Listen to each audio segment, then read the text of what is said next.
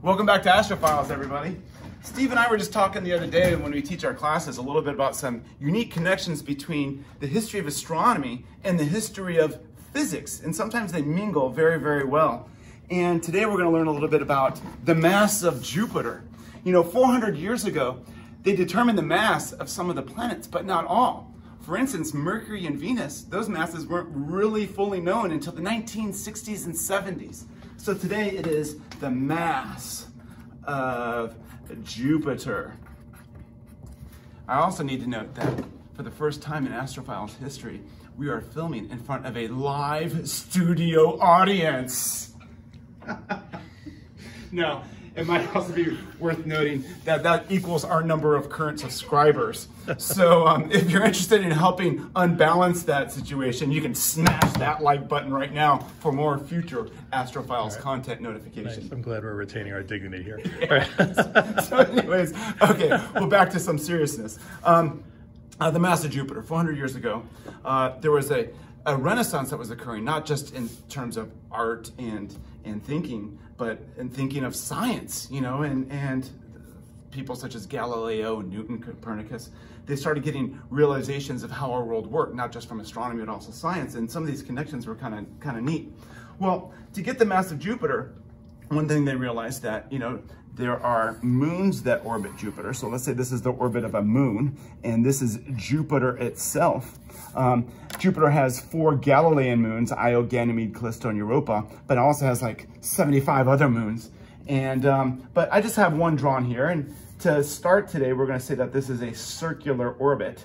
So this is the radius. This will be a moon that is moving around Jupiter. Let's say this is the moon Callisto, and we got Jupiter. Well, what happens is Callisto, as it orbits, it's got a tangential velocity. So it's always going to have a velocity that's perpendicular to the line that you would draw to the center of the planet that's tangent to the circle as it orbits. But this line that points towards the center of the planet is the force that keeps the moon moving around the planet. So these are always perpendicular. So like later on, Callisto will be moving in this direction, but that force is still pointed perpendicular to the center of the planet. And this is what we call in physics circular motion. And Newton and Kepler kind of came together in such a way to make a very elegant equation that allows you to determine the mass of something that's being orbited. And the way they did this is they said, well, look, the force that holds Callisto in orbit around Jupiter is what we call the force of gravity. And that is going to equal what we call the centripetal force, the force that generally keeps something moving in a circular path. If you're in a car going around a corner, that centripetal force will be the force of friction. If you're a ball attached to the end of a string like a yo-yo, that force would be the force of tension. But in this case, it's the force of gravity provides that centripetal force. Well, Galileo was able to show that the force of gravity is proportional to the product of the masses. Let's say Jupiter is the large M, and Callisto, let's say Callisto is the small m, and inversely proportional to the distance between them. In this case, it'd be the radius of the circle. A scientist came along later, Cavendish, for instance. He realized that there is a gravitational constant that needs to be put in here. That's something we can talk about in a future video.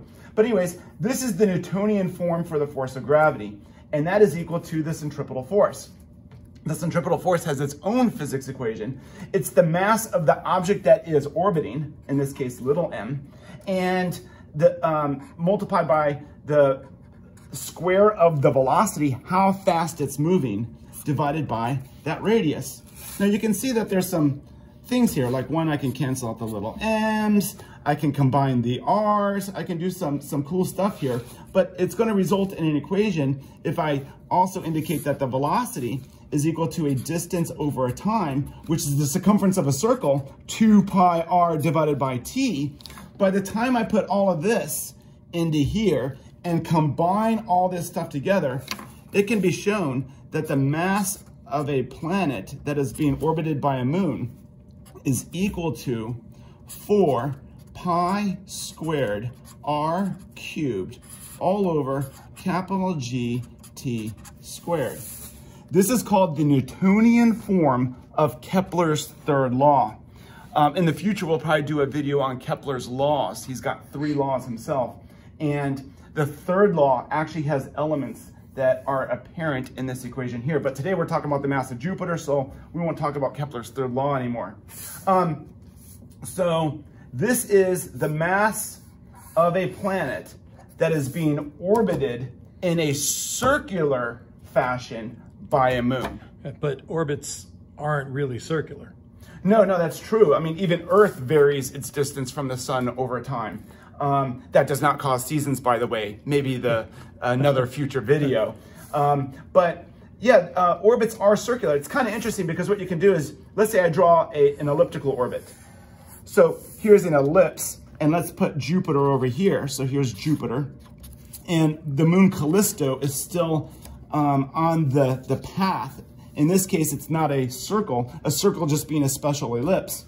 What will happen is we can define another equation that can be derived. If I show that to you, if I take this entire distance across the ellipse, the lengthwise, that is called the major axis. Well, half of that is called the semi-major axis. So let's label that A. And then as just a note, going across this way, one of these lengths is the semi-minor axis, and that's B. Well, it can be derived, which is kind of interesting, that if you use an ellipse, capital M, the mass of Jupiter, plus the mass of the moon is equal to 4 pi squared A cubed divided by GT squared. So you would need to know the semi-major axis, and what you end up getting is the combination of the masses. As a little side note, this is actually what happened with Moon and Charon. Pluto and Charon. Before the New Horizons probe got there in 2015, scientists looked at the relative motion between those two objects, and that relative ellipse allowed them to determine the combination of the masses, but not an individual mass, because Charon is like 1/6 the mass of Jupiter, which is somewhat significant, 1/6 the mass of Pluto, which is actually somewhat significant. What's kind of neat about this, as Steve mentioned that sometimes orbits are elliptical and you need to go about this method, is that let's say little n is much, much smaller than capital M. So the mass of the moon is much, much smaller than the mass of the object being orbited. Well, then that means that M plus N is approximately equal to big M. Well, if you turn that into big M, you get this guy up here, and then the A turns into an R. So how good was this? Well, geez. Let's look at the equation. If you take, and we're just going to do the circular path, the circular one, is equal to 4 pi squared r cubed over gt squared. And let's put in some numbers for Callisto. 4 pi squared. The radius of Callisto's orbit is 1.88 times 10 to the 9th meters. That's quite big.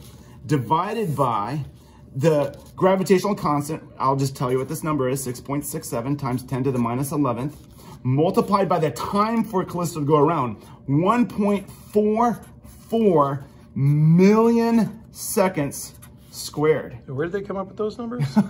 So where did they come up with those numbers? Believe it or not, it's actually fairly easy to get the radius of an orbit or a time of an orbit by observing. Even 400 years ago, the beginning of telescopes, astronomers could look in a telescope and let's say Callisto was sitting here. How long did it take to come around? It's almost 17 days. So it's over here, 17 days later, they watch it do a complete path, and that's your 1.4 million seconds. The distance, well, if you know the distance to Jupiter, and let's say the angular separation between the moon when it's at its farthest as observed, well, you can determine the actual radius in meters. So by observing, that's how, Steve, they would get these two numbers. What's hard to get from observing is the mass of the thing. Is it just a big empty sphere, Or is it like a big, big giant rock? You know, at the time they didn't know, but they could determine the mass of Jupiter by doing the calculation. So anyways, when you do this, you get 1.9 times 10 to the 27th kilograms, which coincidentally is about 1,000th the mass of the sun. So they could do that 400 years ago. But they couldn't do it for, like you said, for Mercury or Venus. Well, let's ask our studio audience. Does anyone have a suggestion on why Mercury and Venus might be a little bit special in this regard? I think I might know. Yeah. They don't have a moon. They don't have moons. So if you don't have a moon, you can't do this physics, this connection between circular motion and gravity. So in the 1960s and 70s, probes were sent to these particular moons. The first to these particular planets. 1962, Mariner 2 went by Venus. And looking at the gravitational deflection of the probe as it did a flyby, they were able to determine the mass of Venus. And then in 1973, Mariner 10 went by Mercury, and they could use that deflection to get an accurate representation of the mass of Mercury. These can be, this physics isn't just used for the mass of planets. I mean, you can do binary systems with black holes. You know, if you have a star that is orbiting a black hole, you might not be able to see the black hole, but you can still determine its mass by analyzing the orbital characteristics of that star that you can observe. So it's kind of an interesting little thing. I enjoy doing this with my physics students because it shows a neat connection between a little bit of history and the development of science, along with mathematical derivation, which is always cool, and then some actual results. Thanks for joining today with Astrophiles, and keep in mind that as the universe is always expanding, so does your mind.